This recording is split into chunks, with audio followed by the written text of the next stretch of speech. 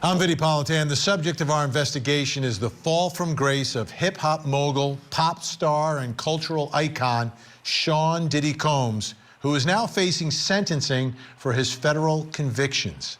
Here's the story. In a Manhattan courtroom in 2025, Sean Diddy Combs, hip-hop mogul, record producer, celebrity, stood accused of crimes that rocketed beyond tabloid fame. Racketeering, sex trafficking by force or coercion, and transporting people across state lines for prostitution. The trial opened on May 5th after Combs' lawyers repeatedly denied the allegations. Dozens of witnesses told stories of drug-fueled freak-offs, nude recordings, promises of romance turning into alleged coercion. Closing arguments left jurors with two paths: believe the charges or find reasonable doubt. On July 2nd, after days of hush and tension, the verdict landed like a thunderclap. Combs was acquitted of the most serious charges and convicted of the least serious ones. It was a stunning conclusion to a case where some believed Diddy could have ended up in prison for the rest of his life. Well, now Combs faces sentencing and critics demand accountability. Supporters are pleading for leniency while the country watches how power, celebrity, and justice collide inside of a courtroom. This story has taken on so many different turns and the way it all started to happen. You know, go back in time, there were all these allegations and these civil lawsuits. Then came the big day when the U.S. attorney out of New York decided to make a public announcement of what he was going to do in the case against Diddy. Take a listen. Today I'm announcing the unsealing of a 3-count indictment, charging Sean Combs with racketeering conspiracy, sex trafficking, interstate transportation for prostitution. The indictment alleges that between at least 2008 and the present, Combs abused, threatened, and coerced victims to fulfill his sexual desires, protect his reputation, and conceal his conduct. As alleged in the indictment, to carry out this conduct, Sean Combs led and participated in a racketeering conspiracy that used the business empire he controlled to carry out criminal activity, including sex trafficking, forced labor, kidnapping, arson, bribery, and the obstruction of justice. Sounds serious, sounds devastating. And when you talk about federal charges, generally, the rule of thumb is if the feds got you, they got you. There's usually no way out. It is difficult to fight the federal government because, generally speaking, the U.S. Attorney's Office, they don't bring charges unless they've got witnesses, they've got potentially confessions, videotapes, audio tape. Like, they want it all piled up, which is usually why the cases are so strong. But this one seemed a little bit different. It had a little bit of a different ending than many people expected, which brings us to the first question in our investigation. And this is an important one for everyone to pay a lot of attention to. What was Diddy actually convicted of? We've heard all the allegations, we've heard about the civil allegations, but in this federal case, what was he actually convicted of? Here to help us analyze all of this is the host of the Outlier podcast and Pop Crime TV reporter. She was in the courtroom for this trial. Lauren Conlon is with us, and trial attorney and Temple University Law School professor Dante Mills is with us as well. Great to have you both here. I just want to put this up on the screen and because I think this is so significant when we talk about how serious these charges were. Here's what he's convicted of. Count 1, racketeering, not guilty. Counts 2 and 4, sex trafficking of Cassie and Jane, not guilty. Counts 3 and 5, transportation to engage in prostitution, Cassie and Jane, guilty. So, let me ask you, Lauren, at the courthouse, how this sort of was received by people like you following the trial, listening to all the testimony. They don't let our cameras in federal court, so we didn't get to see it. You did. The result of this, that it was the least serious charges.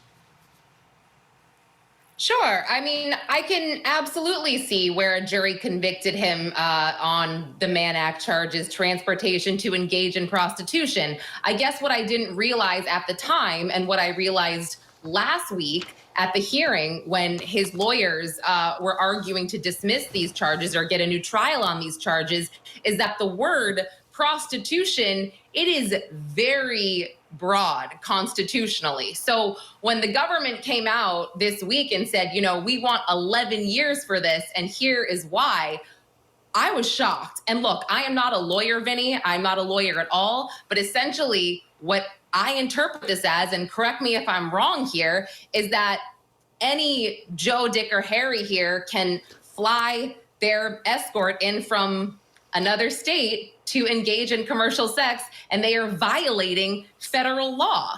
So I didn't realize all of this, I guess. And so where I see why he was convicted of what he was convicted of, although I do kind of agree that the Mann Act itself is a little bit outdated, I am shocked at the sentencing on these charges alone. Yeah, let's take a look at the request, I should say. Yeah, the request. Let's take a look at this. So the prosecution is asking for at least 11 years and 3 months. The defense, 14 months. And he would be out very soon because he's served a bunch of time already. U.S. Probation Office, which does the investigation beforehand and makes a recommendation, they're saying 5 to 7 years. Dante Mills, give us some perspective here. Some perspective on what he's actually convicted of and the times that we're talking about here. I mean, I've seen homicides where you're not getting 11 years. I think the amount of time that the prosecution is requesting in this case shows how they looked at it, and it's beyond what the facts presented. And the jury determined that. So let's look at the Mann Act. It goes all the way back to the early 1900s, and it was used as a vehicle to really enforce interracial relationships, where they would bring charges against interracial couples who traveled. And they used this Mann Act to do it. It's since morphed. In about 1980, it morphed, and it was more used for people who took children from one state to another as a way to be able to charge those people who brought children from one place to another for purposes of sex. I don't think it applies to this case, especially when you look at those other charges, which was force and coercion. He was found not guilty. So what you're left with is Sean Combs had consensual sexual relations in a different state. That is not worth 10 years in prison. It's just not. So what the prosecutor in this case, and I've had cases against the assistant federal prosecutor Williams, I've had cases before. He knows what he's doing. So I was surprised by this action.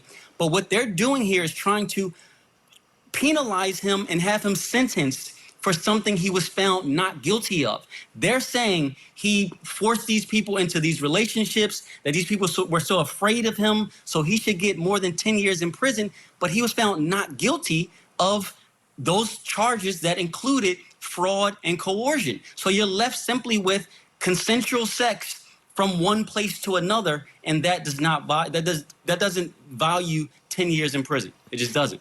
Yeah, and if we look at, Lauren, what happened here, right? So he's flying in Cassie and Jane and flying in the prostitutes from different states. And from the testimony, did the women say it was consensual with the men that Diddy was flying in? Oh, Vinny, you're going to get me so much heat for this. No. Okay. So, I mean, the way that Jane and Cassie described this on the stand was that they participated in these freak-offs, these hotel nights, because they were in love with Sean Combs. And, you know, something huge here, and it's important to remember that when I say they, I mean the prosecution and actually Dr. Don Hughes, they were not allowed to use the phrase coercive control. But somehow I do feel like it was obviously, it was implied throughout this whole thing that they were coerced to do this, for many different reasons. And they were very emotional on the stand, saying how much they regretted this and how they would explain to him that they didn't want to do it. And he would sort of, convince them that they did. And they would say, okay, well, I guess I'm in because I love you. And then we saw text messages and we saw emails, and it seemed like they were fine with it. And again, I can understand both ways, but I remember looking at the jury. They were definitely on the older side. No offense to like my parents or anything. They're not old, but I can also see my parents being like, well, she said she wanted to, so that's that. Some people are not going to read between the lines here. So I don't want to get too much heat for that, but that is what I heard. And look at, we have to understand though, and look at the charge itself: sex trafficking by force, fraud, or coercion. He was found not guilty of that. So even us talking about this at the time of sentencing, I think is inappropriate, because he shouldn't be judged as someone who forced people into this, because it was determined by the jury that he did not. So he shouldn't be judged that way for sentencing. He should simply be judged as somebody who traveled and committed prostitution. He paid somebody or gave someone favors for sexual favors, right? That there was an exchange there, which is illegal, but it's never worth 11 years. 10 years in prison. Yeah. It's all relative. Like, our system of justice is all relative, right? Like, the different charges, it's got to make some sense. I mean, I'm not a Diddy fan. Trust me, I'm not a Diddy fan, folks, and his behaviors. I know. I know. I get it. And it's just, we're talking about 11 years relative to these other cases that we've covered. Okay. Big thank you to Dante Mills. We love having the professor on. Lauren's going to stick around for us. Coming up next, what is Cassie saying about sentencing? Were there times where you got along well with Sean? Yes. Were there times where you did not? Yes. My two best friends were just murdered. Join me for a Court TV true crime series where we take you from the crime scene to the courtroom. Donna Adelson hates every piece of grass that Dan Marcel ever walked on. It's something that'll haunt all of us forever. It always seemed like he was covering or deceiving. This was a whole different level. Victim to Verdict with Ted Rowlands. New episodes Saturday night, 8 Eastern and Pacific. Only on Court TV.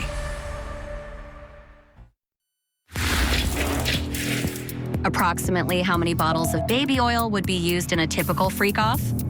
A lot. I would say definitely somewhere close to 10.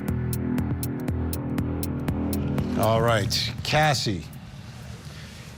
Cassie is such an important figure in all of this, because this is how everything really started with Diddy. You remember that she had the civil lawsuit, Diddy wouldn't settle it, then it went public, and then everything snowballed from there for Diddy and ended up in criminal court where he is. Now, she obviously is an important witness in the trial. Let's take a listen to a little bit more of her testimony. Again, we get the transcripts and then we have an AI voice it over. Take a listen. How much money did Sean pay to settle your lawsuit? $20 million. Would you give that money back if it meant you never had to have freak-offs?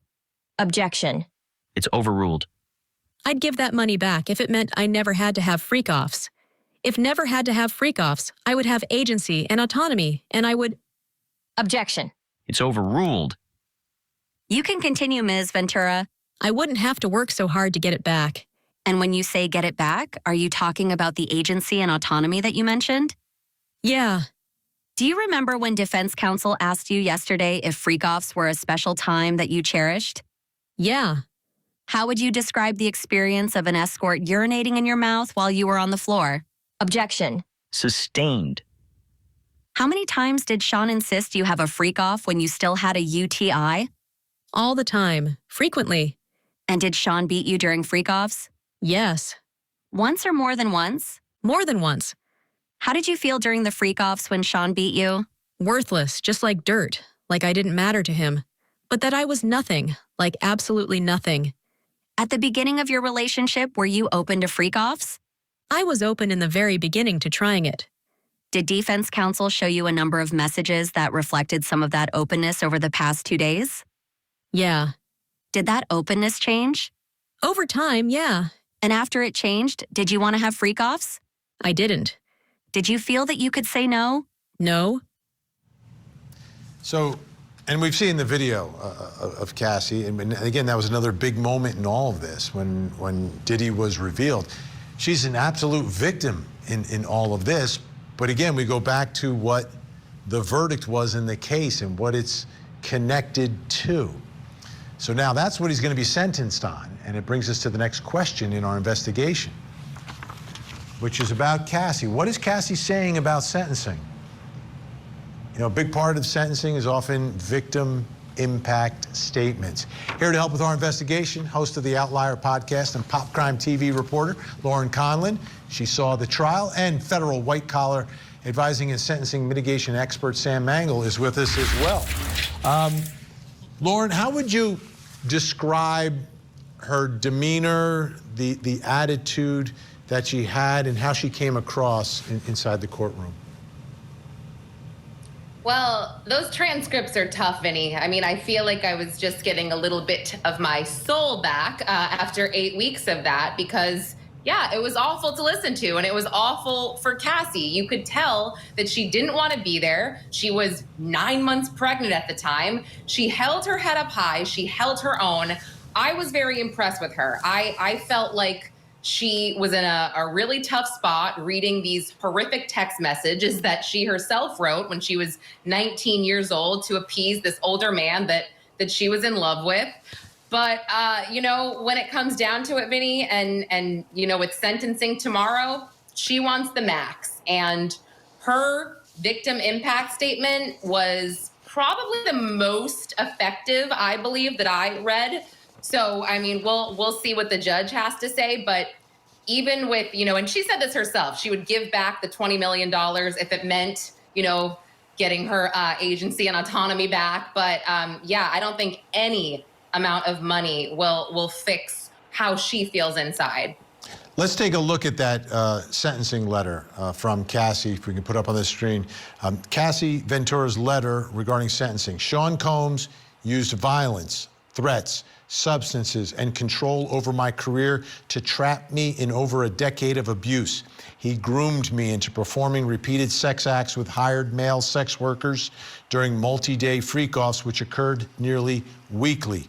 I still have nightmares and flashbacks on a regular, everyday basis and continue to require psychological care to cope with my past. My experience was real, horrific, and deserves to be considered. I hope that your decision considers the many lives that Sean Combs has upended with his abuse and control.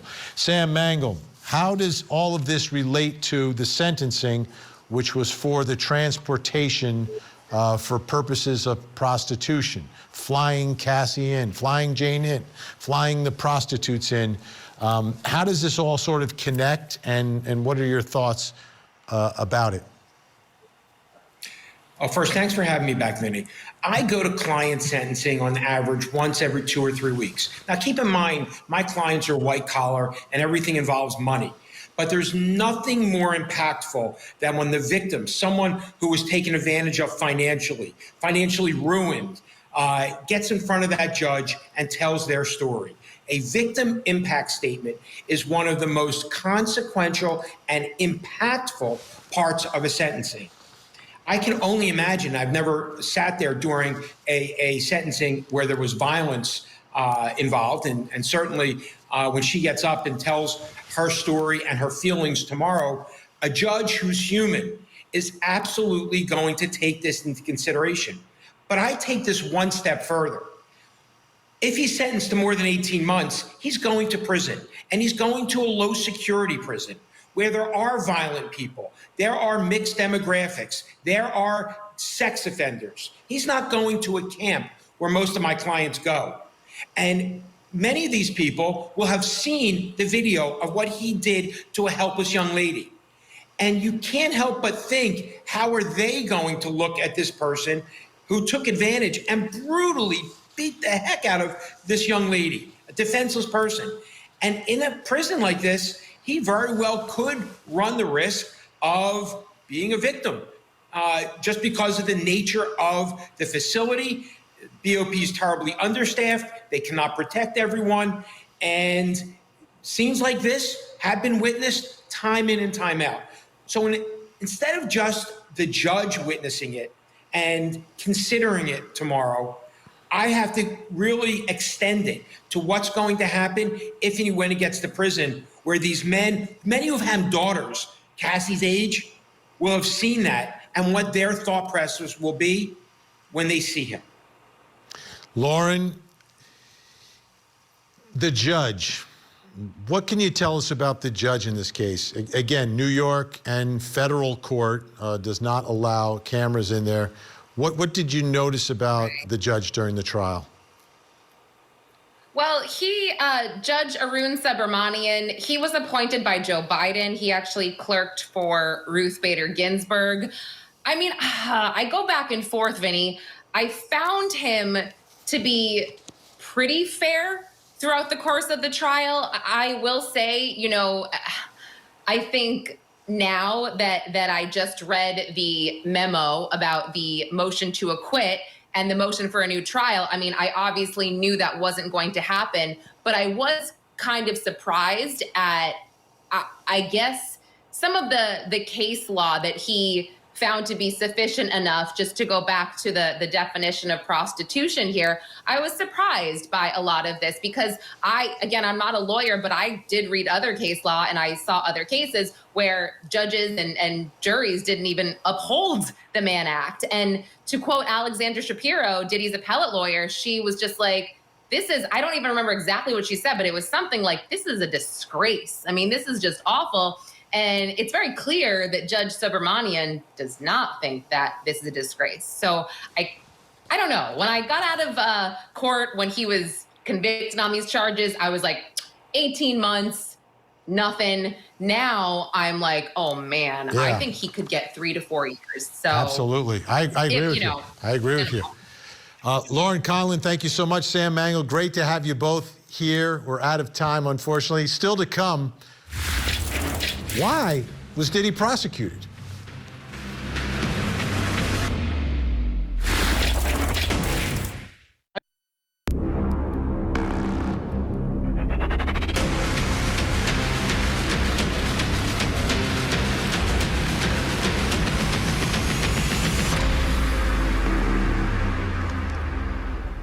I'm Vinnie Politan. We continue our investigation of the fall of Diddy Combs, from cultural icon to convicted felon. Why did this happen and what will happen next? Here's the story. Sean Diddy Combs once embodied the heights of fame, mogul, producer, billionaire. But in 2025, his empire crumbled under the weight of scandal and a criminal conviction.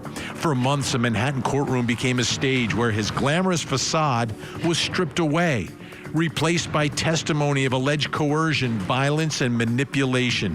Former associates painted chilling scenes of drug-laced parties and young recruits pulled into his orbit only to find themselves trapped. The defense fought fiercely, insisting the stories were exaggerated, tainted by fame and by money. But the jury saw through the smoke. While acquitting him of racketeering and sex trafficking, they returned guilty verdicts on transporting individuals across state lines for prostitution. A shocking result for someone facing a potential life sentence. Once hailed a visionary, Combs now awaits sentencing, his reputation scorched, his legacy overshadowed by a conviction that transformed him from celebrity powerhouse to convicted felon. There's no other way to slice this. I mean, this was a loss for prosecutors. They did not win this case. They got convictions on the least of the least serious charges in the case. Right? This was a racketeering case. And this was a sex trafficking case. Not guilty as well. With that in mind, I want you to take a look at this, because this is something that shocked me. This was a sentencing letter written by victim 3. Take a look. Sentencing letter from Virginia, Gina Hine. She is victim 3. She wants him to be released. I cooperated fully with prosecutors. During those meetings, I felt pressured to feel like a victim. I told them I was not, but they insisted that I was, even when I expressed my truth otherwise. I understand they concluded that I had been sex trafficked and involved in forced prostitution. I did not agree with that conclusion. I was not trafficked. I did not engage in prostitution with him or others. That would have been my testimony if called to the stand.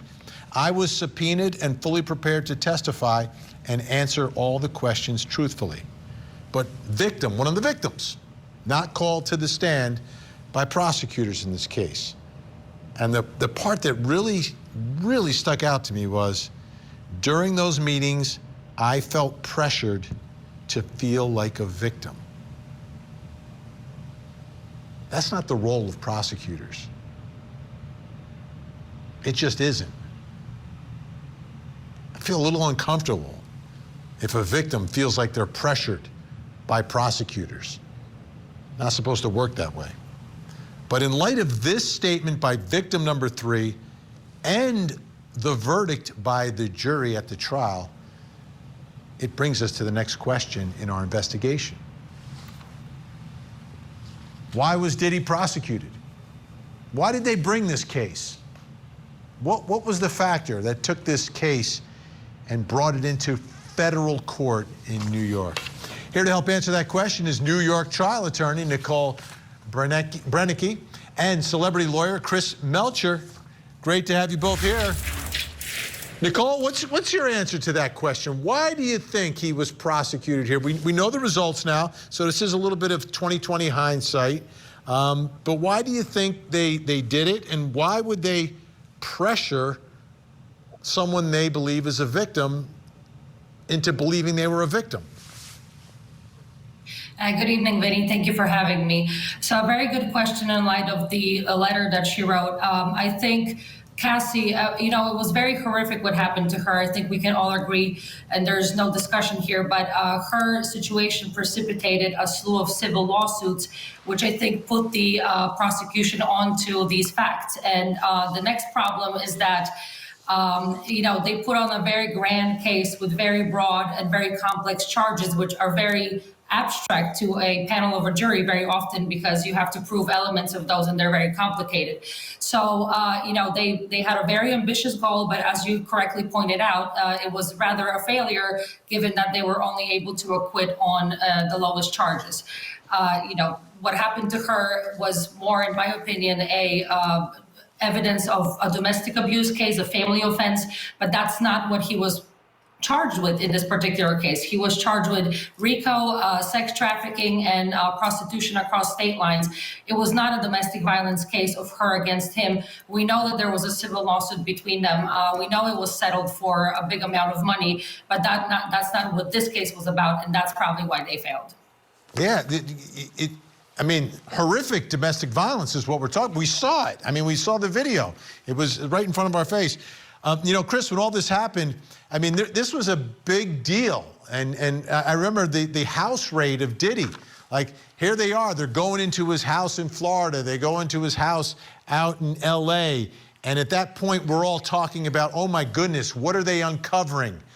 Who is going to be on these videos? What celebrities? And none of that materialized. Do you think the fact that it was such a public raid and such a public case forced them to bring these charges, or do you think there was something else motivating them, Chris? Well, Vinny, I think the motivation was the release of the video from 2016 of Diddy beating Cassie in the lobby of that hotel room. So remember, that's 9 years ago. But there was no criminal action taken until after that was released. CNN published it in May of 2024, and then the indictment happened in September of 2024. So I think that was the pivotal moment. They could not, ignore this. Everyone could see this was a horrific act of violence against her being helpless. And at that point, I think that was the impetus to charge him. The problem is that they overcharged this case. This is a conspiracy of one guy doing depraved things. And the problem is that these things that he did, particularly that video in 2016, were so old they couldn't be charged under state law. The statute of limitations had expired. So they were stuck going with RICO, which has a lot longer tail to it. That's incredible analysis, Chris. And you look, it's a domestic case, domestic violence. It's horrific. The statute of limitations runs. So we got to get him somehow, some way. And it's like we're trying to fit the charges, but it doesn't fit the underlying facts of the case. So I can understand the frustration of prosecutors. But at the end of the day, something doesn't seem just right about the way they went about it. Let's take a look at this. Brendan Paul. This was another part when it all came down. Brendan Paul, this arrest video for cocaine and marijuana possession. We heard all these stories that this guy was the alleged drug mule of Sean Diddy Combs. Charges against him were dropped. And something you brought up, Nicole, and I want to play it for everyone to remind them that Tony Busby, the civil attorney, was very public in making these announcements of the civil suits. Let's remind folks. Our team has had at this point more than 3,285 individuals contact us with people claiming to have been victimized by Sean Combs. After vetting, we now represent 120 individuals who intend to bring civil claims in civil court against Sean Diddy Combs. Although we are vetting each call as stringently as we can, I always start with a mindset that I believe victims. I believe victims because I understand the tremendous courage it takes to step forward. That being said, as stated, we are vetting every call that we receive. We have had to turn away some. For each, we ask for corroboration. For each, we ask for the identity of witnesses. We also have collected pictures, videos, texts. We check venues, we check dates. We want to corroborate that the claims being made have legitimacy and merit. And Nicole, I think you're right on also that all this public announcement of these civil lawsuits and this behavior and the outrage from it, but what do you think the relationship should be between civil lawsuits and criminal prosecutions? I mean, we see in a lot of the criminal cases that we cover that there's like a wrongful death civil case afterwards, but here everything was sort of in the reverse. Even though you can have same facts that pertain to a civil case and a criminal case, these acts have different definitions under criminal law and civil law. That's number one. Number two, the standard of proof, the burden of proof also differs. So here you have beyond a reasonable doubt, and in civil cases is usually preponderance of evidence. So, the criminal cases have a more strict standard in terms of proving the act, and different evidence rules apply. So usually when someone prevails as a victim on that type of a case, they have a viable civil case to follow.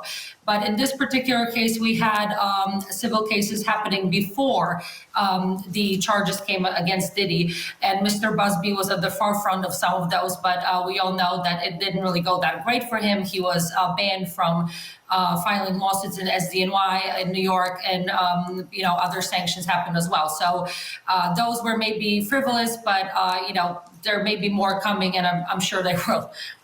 Yeah, the civil suits keep on coming. Big thanks, Nicole Brennicke. We appreciate your insight. Chris is going to stick with us. Coming up next, if Diddy gets out, what will his private life be like? It's a great victory for Sean Combs.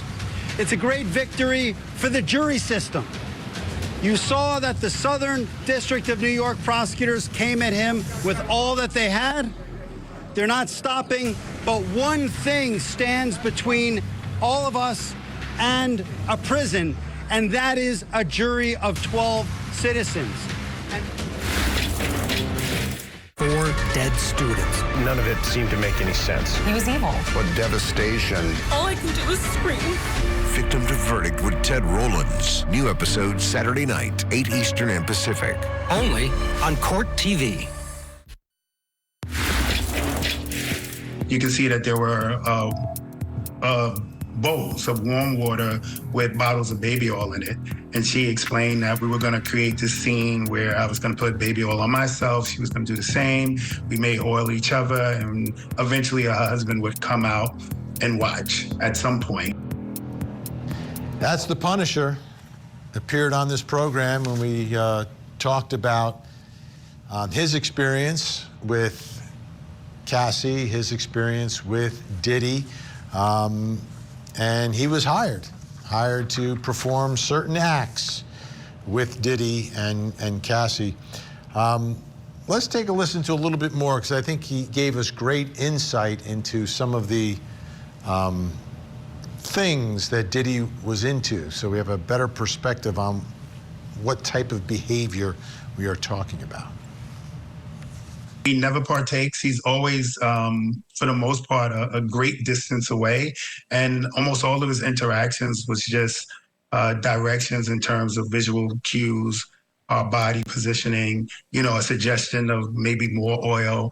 And if there was further suggestions, I didn't hear them, because there was a routine. If they needed to have a conversation, he would stand up at times and just walk out of the room. And Ms. Ventura would take that as a cue, leave the room with him. They would have a brief conversation, be gone for a period of time, and then she would return and we would resume. And sometimes with her resuming, she would give me instructions or the act or something would change.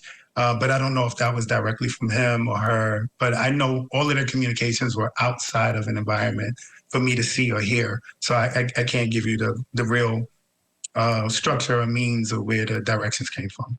While we were in the acting mode, it wasn't really any conversation between me and her, other than us playing our roles. And as I was not supposed to acknowledge Mr. Combs, he didn't acknowledge and speak to me in any way. He would give subtle directions to Ms. Ventura in regards to more of lighting situations. The room was candlelit, it was kind of dim, so he would give instructions in terms of move the candles a little bit more, position your body this way. Even if it was something for me to do, he would ask her to ask me.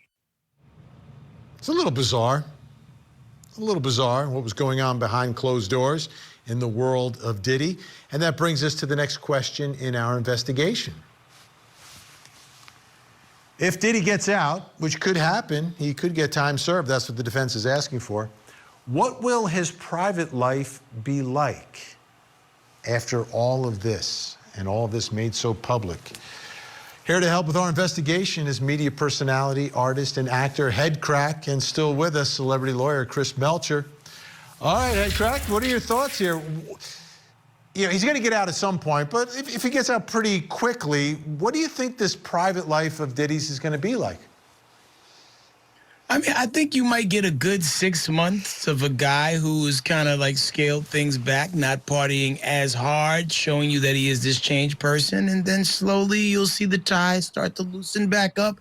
And I think it might be back to, I'm not going to say 100% business as usual, but I think once you're into what you're into, it's hard to go backwards. You know what I mean? And it's just hard to really just gauge how fast we'll get back to the regularly scheduled program, because this guy likes to have a good time. What are your, let me ask a follow-up to that, because it takes at least 2, 3 or so to tango. What will the reaction be from friends? What will the reaction be from some of, I guess, the women in his life? I mean, there's a lot of people who are in a situation where they need somebody to help them maintain their lifestyle. So a lot of people already knew what they were signing up for the first time. So I think there will be no shortage of people who already know what's on the agenda, what's on the menu, and they're willing to play. You know what I mean? Because even as I was watching the interview with the Punisher, I'm like, it's wild how only one person got arrested over this. Not the person who actually did the acts, you know what I'm saying, got paid to do the acts, but the person who solicited and was just, getting his own kinks off in the corner watching.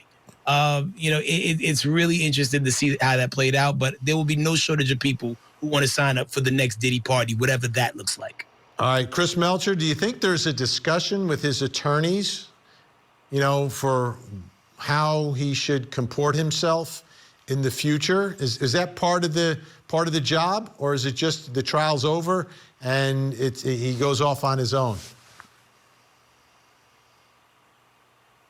Well, I think there is a future for him. He's extraordinarily successful. I mean, he started as an intern at a record label and formed his own label. He's been very successful as an artist. And here, this is just part of his story. And we like the underdog in some stories. I don't know that necessarily fits him, but when people fall from grace and they accept it and they say, I learned from it and I'm going to share my story, that is interesting, and he will have a second chance. All of us do get one. And as long as he can be productive and make money, there will be people who will definitely accept him back. So I think that kind of message will be sent to him. And obviously, he's going to be under a lot of scrutiny here as a convicted felon. But he definitely has a lot more of a story to tell. Would you advise him to not engage in any of this type of behavior, Chris, if he was your client? Well, I mean, you know, my advice is often not taken for, you know, these type of things. You know, he was driven by something, you know, very powerful to make him do these type of things. It's like, you know, and it's unimaginable, but this was something so pervasive in his life that caused him to do this, not just once, but many times. So I think that is going to be the struggle. And it's not really for a lawyer, but it's for a counselor or psychologist to help him work through when he has these urges again, which I got to imagine are going to happen, not to act on them. Headcrack, has public sentiment changed since the most serious charges were all not guilties here? The shift that I've been seeing online is insane. A lot of people have completely did a 180. A lot of times the narrative I've been seeing on a lot of social media, you know, sites, especially in the comments, because I like to swim through there and see what people talk about. A lot of people's like, man, ain't nothing wrong with being freaky. Let that man out. He done did his time and all that other stuff. You know, because I think when you look far at large based on the things that he was found not guilty of and how long they're trying to keep him for the things that he was found guilty of, a lot of people feel the justice is really lopsided on that. So I think a lot of people are rooting for his return, and hopefully this is a cautionary tale that teaches people to move better. I don't know what that looks like in totality, but you know, I think a lot of people are paying attention, taking notes, and they're going to act accordingly moving forward. Big thanks. Great to see you, Headcrack. Chris Melcher, always a pleasure. Likewise. All right, folks, I'm a former state prosecutor. Now, if Diddy was in state court where I practice in New Jersey and was convicted of transporting a male prostitute to have sex with his girlfriend, he would likely get probation. I'm not exaggerating. It would be a probation case. But Diddy is in federal court, and it looks like the judge may consider more of Diddy's behavior beyond the actual charges. And as a result, I don't think it's going to be a good Friday for Diddy. I'm Vinnie Politan. We'll keep digging for answers as the investigation continues.